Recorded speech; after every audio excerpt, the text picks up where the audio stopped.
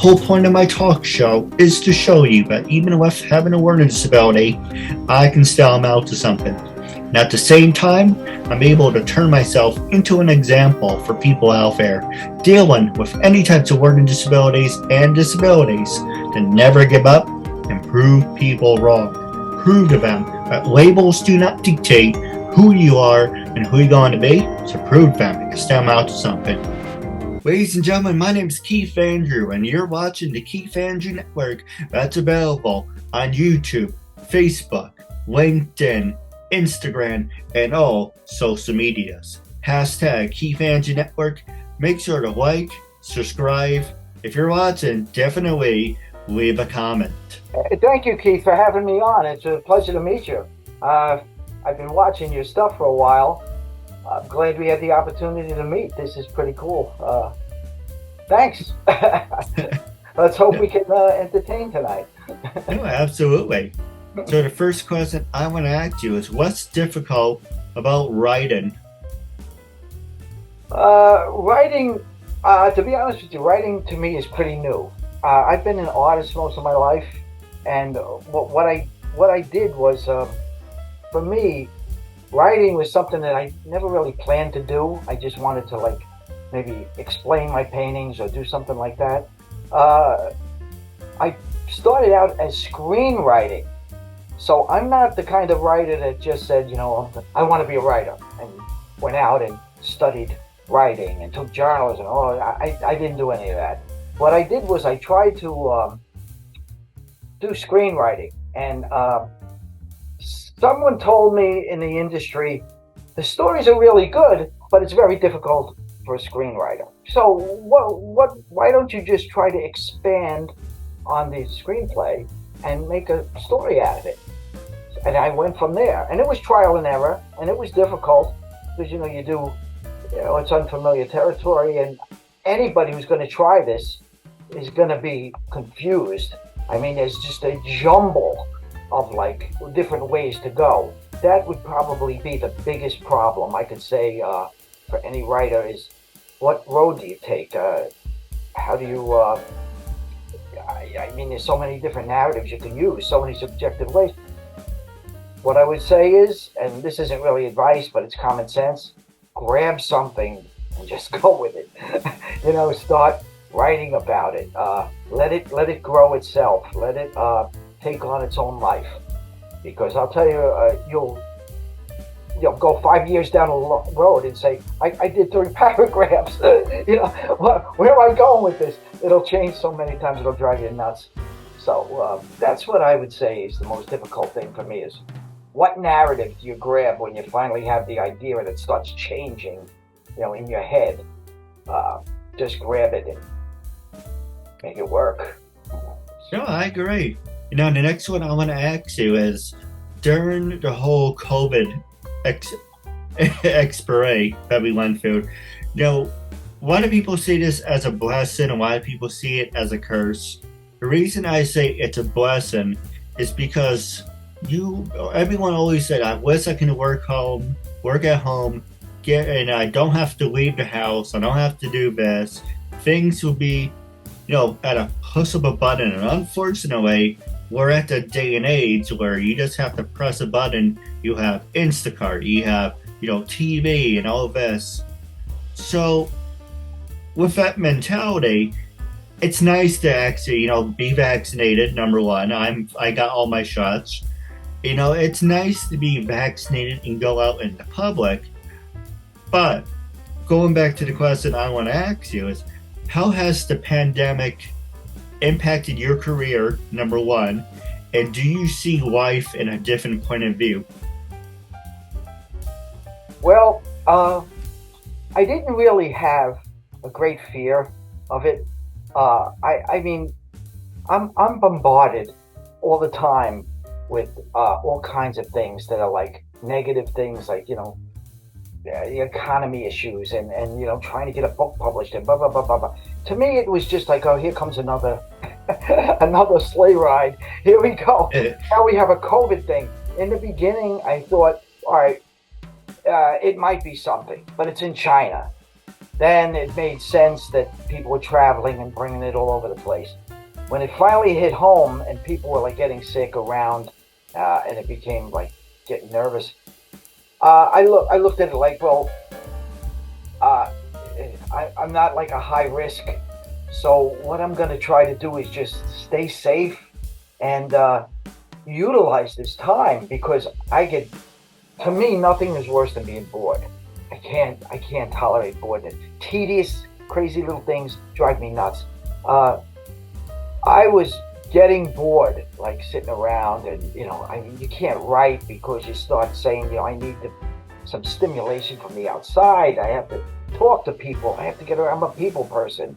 So for me personally, it was kind of uncomfortable. Nothing that I couldn't really get out of, but I'd rather not be in it. If I could watch it from outside my window and say, all right, I'm here and it's cool and I'm watching this like a movie, that's all right. And that's what I actually started doing. I started watching it, because I'm a culture buff. And I said, all right, how are people reacting to this? I live across the street from a school. The school was closed. The streets were deserted. And I'm like, wow, this is getting like really surreal now. I mean, I'm in a noisy neighborhood. So no one, you don't hear the cars, you don't hear the wheels, you don't hear horns. And, it really brings you to a different place. You start saying to yourself, it's like Twilight Zone or something. This is kind of like bizarre. I mean, it's like, there's no one there. You go in to get a cup of coffee and it's closed. It's like, is this the apocalypse? This place is open 23 hours. Oh, yeah, maybe I'm on the wrong hour. Maybe they closed the 1 hour that they closed. It's a 23-hour coffee shop. No, it was just they weren't open. I like, well, I can't. I said, are people really taking it this serious? Because this is really bizarre. But fortunately, things started coming to light. As a people, we entertain ourselves and tell ourselves, oh, it's getting better over here. Oh, it's getting horrible over here. Oh, but we got a breakthrough. We got a cure. We got a vaccine. It's a roller coaster ride. That's the way I looked at it. It was driving me crazy, creatively nuts. I mean, I didn't want to paint. I didn't want to do anything. I just I cooked. I made coffee and tea and. I don't want to do it. I agree with you. And the biggest thing, my problem was Vowsy was he was always on TV saying, "It's wear a mask, don't wear a mask, do this, don't do that." It's like, dude, get your and it's uncensored. Get your shit together and then be on TV. Because if your plan is to confuse people, hey, good job about that. What absolutely drove me nuts with this guy was he was on the HIV project like 25 years before this, and nothing got done. I mean, people, they were talking about, that was the big crazy, another crazy pandemic, crazy thing.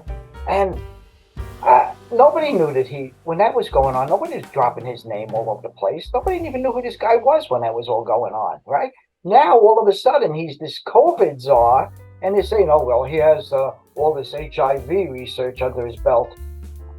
Yeah, well, we're going to get the same results as that, go around forever with fear of COVID that's never going to be cured. I don't know. This is what we have here in America these days. Well, if you think about it, the common cold is kind of like the COVID. It is the same virus. It's a COVID gene. I mean, I'm not really scientific about it, but they all have that.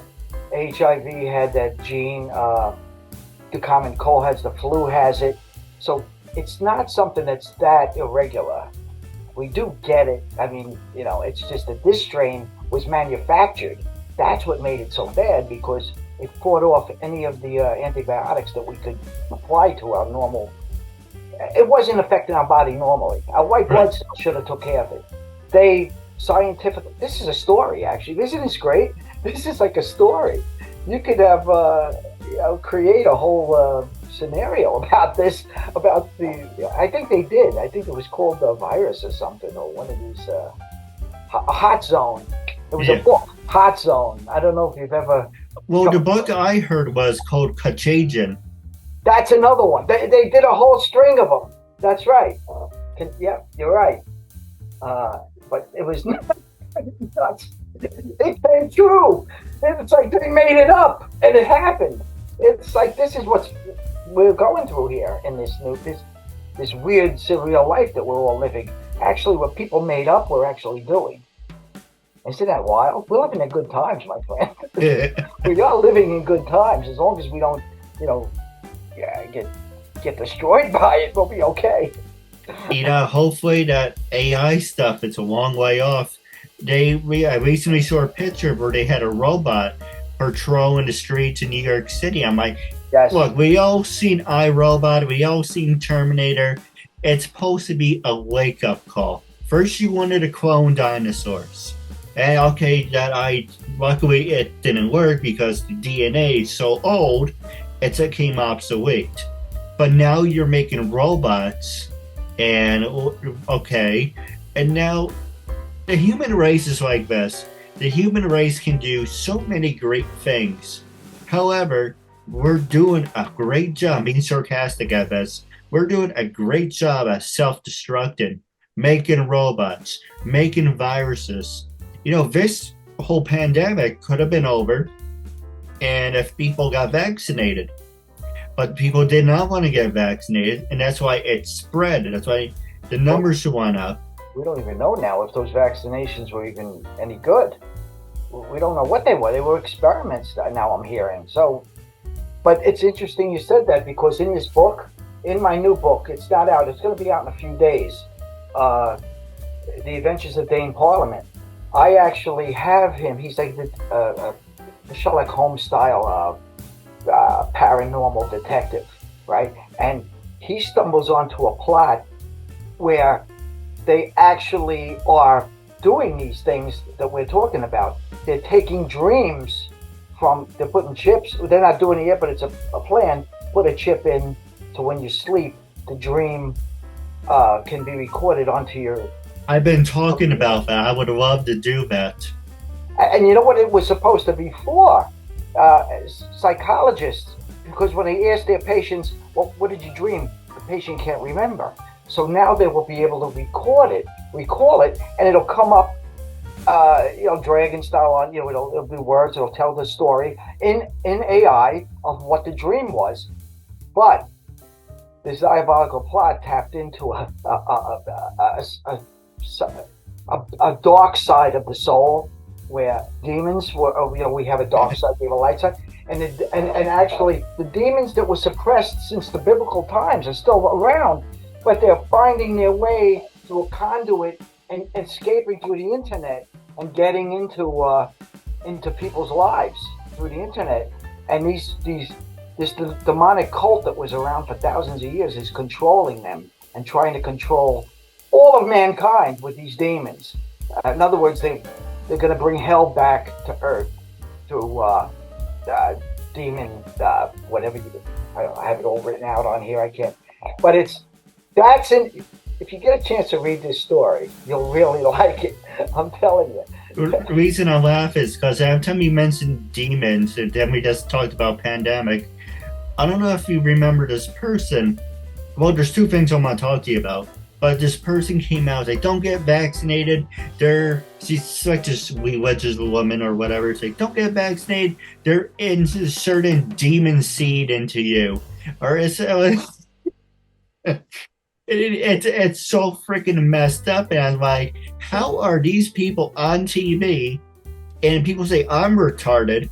Yeah, I fall under the spectrum. But this woman's like, on national TV, don't get vaccinated. You this demon sperm in you. And I'm like, what's going on? A demon is a paranormal, supernatural thing. It has sperm. What is it? I mean, really? I mean, are they? They're created. They're not multiple. They're not having sex. Demons. They provoke you to have sex. They don't have it. This is insane. When they say this crazy stuff, they have no idea what a demon is. And who does? And I don't want to find out either. I don't want to know. I'm not a Republican. I'm not a Democrat. Democrats are dickless and spineless, and Republicans are batshit crazy. So you're on both sides. It's kind of like, what are we doing? Because your hands are tied either way. Right. You should be a third party. Yeah, it's either, you go nuts or you go like limp. I don't know. You can't do anything. But I try to stay libertarian in the middle where I can, some issues that are good for, some are bad. I can't even tell. All I know is I want to sell books. I want to get words out. I want to propagate art. I'd like to see more artists selling their work. And nobody buys, like poor people don't buy art. So I find it that when people are making money, right, when society's making money, they're more frivolous. I don't care how intellectual they are. I don't care how pootsy, with the little, dogs in the cages and they walk around in pink shoes. I don't care. If they're going to spend money and buy art, fabulous. Right. I don't care if you don't understand it. I don't care if you don't know what it is and you just want it because it matches your weird psychedelic couch. Fine. But you need money to do it. And if everybody's broke, art is dead because you need people to put up museums. You need people to put up galleries. You need people to invest money. You can't do this stuff on a selling it on a street corner and sitting outside with a you need a big machine behind you. You need this stuff. That's why I tend to think making money is good. It is. I'm not greedy. I don't care really about the mechanics of it, but it's good because as long as other people have it, they'll buy my work, and that's okay. I don't care if I get rich. I wish they were all rich. Let them buy my work, and that's the only way it's going to happen. You should get a TikTok. I know I don't have that. I don't even know what it is. What is it? Any good? What is it? It's like Instagram where you go live, but you can only go live if you have 1,000 people following you. Oh. Okay. But it's pretty much like one of those social media things. But at the same time, the TikTok's owned by China, so they get your information. Look, you're on the internet, you're going to get your information one way or another. So it's no hiding. But the question I want to ask you, my dad read this book. Listen to this book. We're not saying my dad's old or anything, but both what we have in common is we listen to audiobooks. Okay. And recently, there's a book called Rachel Methauer. I'm going to butcher her name, but Rachel Methauer. She wrote a book about American history. And the time my dad was done with the book, he was physically sick. About American history is the most dysfunctional history in America. What we did to the Native Americans, unfortunately, we inspired what happened in Germany because Hitler saw what we were doing with the Native Americans. So Hitler did that to the Jews, but unfortunately, he really was mentally deranged and went one step above that. But how he got... There's so much more than... Yeah, you can't simplify history. Yeah. You have to take it from step by step of how we evolved. And the political things that went on in Germany in those days, and in Europe. In fact, now there's all political motivations that we don't even, they're not, you don't read them in a paper, you're not going to see them. There's people that have money that are manipulating large pieces of culture, They're creating cultures. They're turning people against each other. You ever notice that, like in a small workplace, people get along? Everybody gets along. You ride on the bus, people of all denominations, all kinds of races and creeds, talk, laugh. Nobody gets angry with anybody. They help each other up and down. But when you put it into like the perspective of a big state, all of a sudden they make it sound like, oh, this group hates that group. This one hates this one. I don't see that on the street when I'm out here. No, that's the media. I see people getting along. I live in a very multicultural environment, and nobody. And people say hello. You help somebody, they drop something, you pick it up. Yeah, nobody says, "Oh, I hate you." Nobody does that. It's there's psychos too that walk around talking. So if they hate everybody, they don't even know who they're yelling at. But that's not what I'm talking about. It's people get along. It's our talking heads that are getting us all messed up with each other, and that's propaganda. That's what they should teach in schools. What propaganda is. Teach them what to look for when people are like lying to you about history and about, but they don't. They give you their own versions. Well, I said that a while ago. When you were in school, they should teach you how to do your taxes and how to survive on your own. They don't do that. They don't do any of that. And unfortunately, they used to.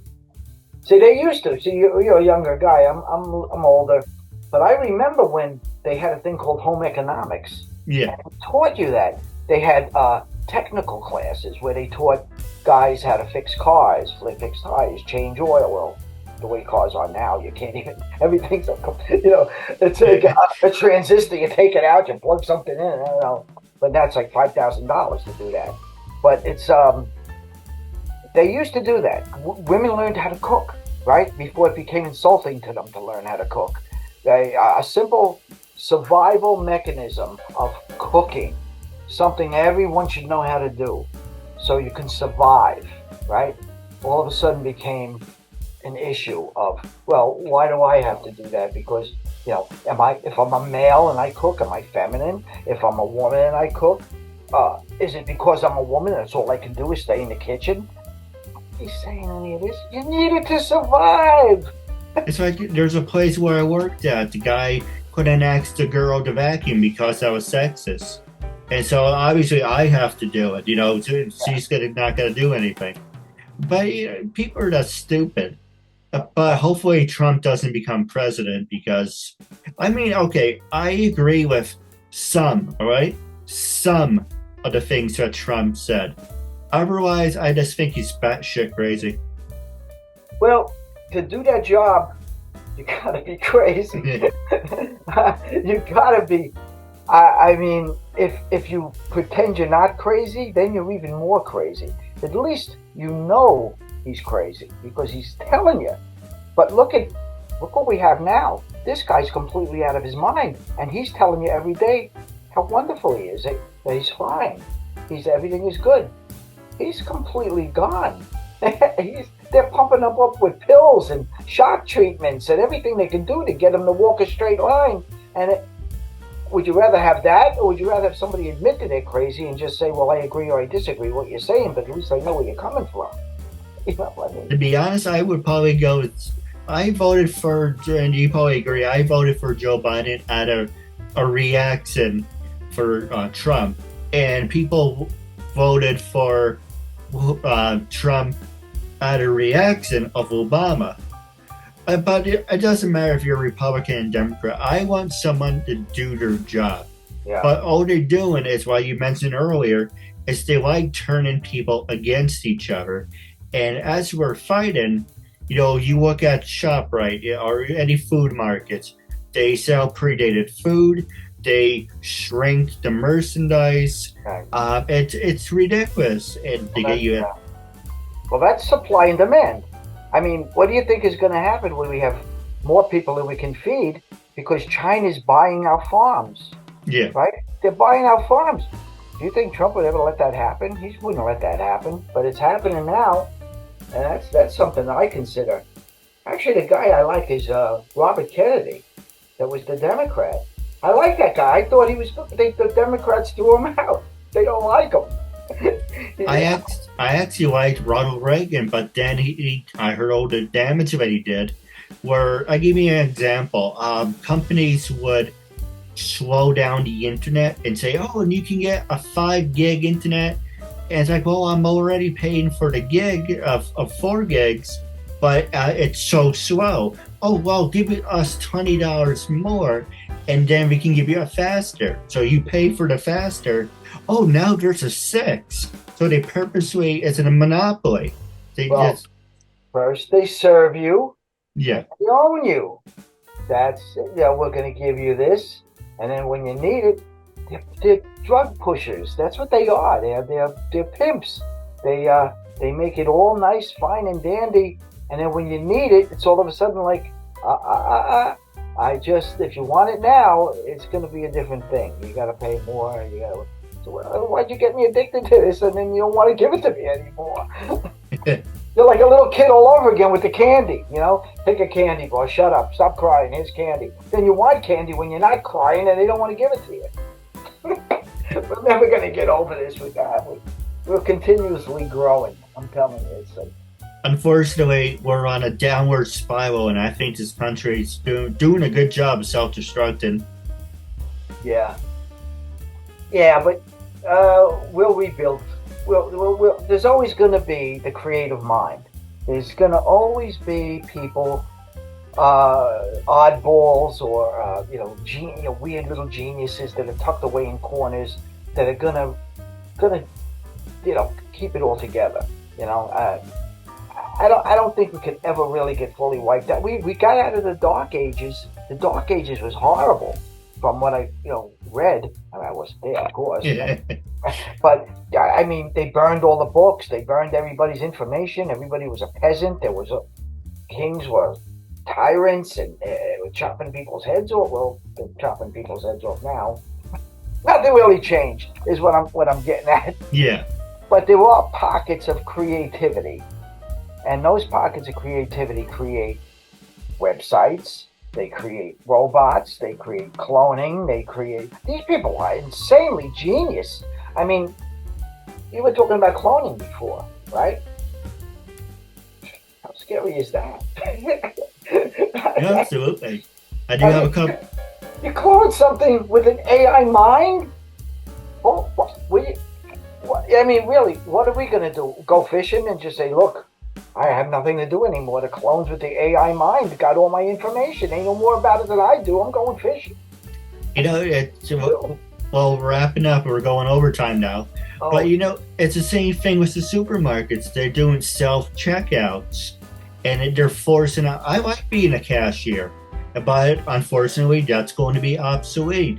As being a toll booth person, it's obsolete. Everything will be automated, and all you need is some jackass to hack everything, and everything's going to be dead. I know. Well, I work menial jobs always because I always try to work jobs to capture the characters I was trying to write about.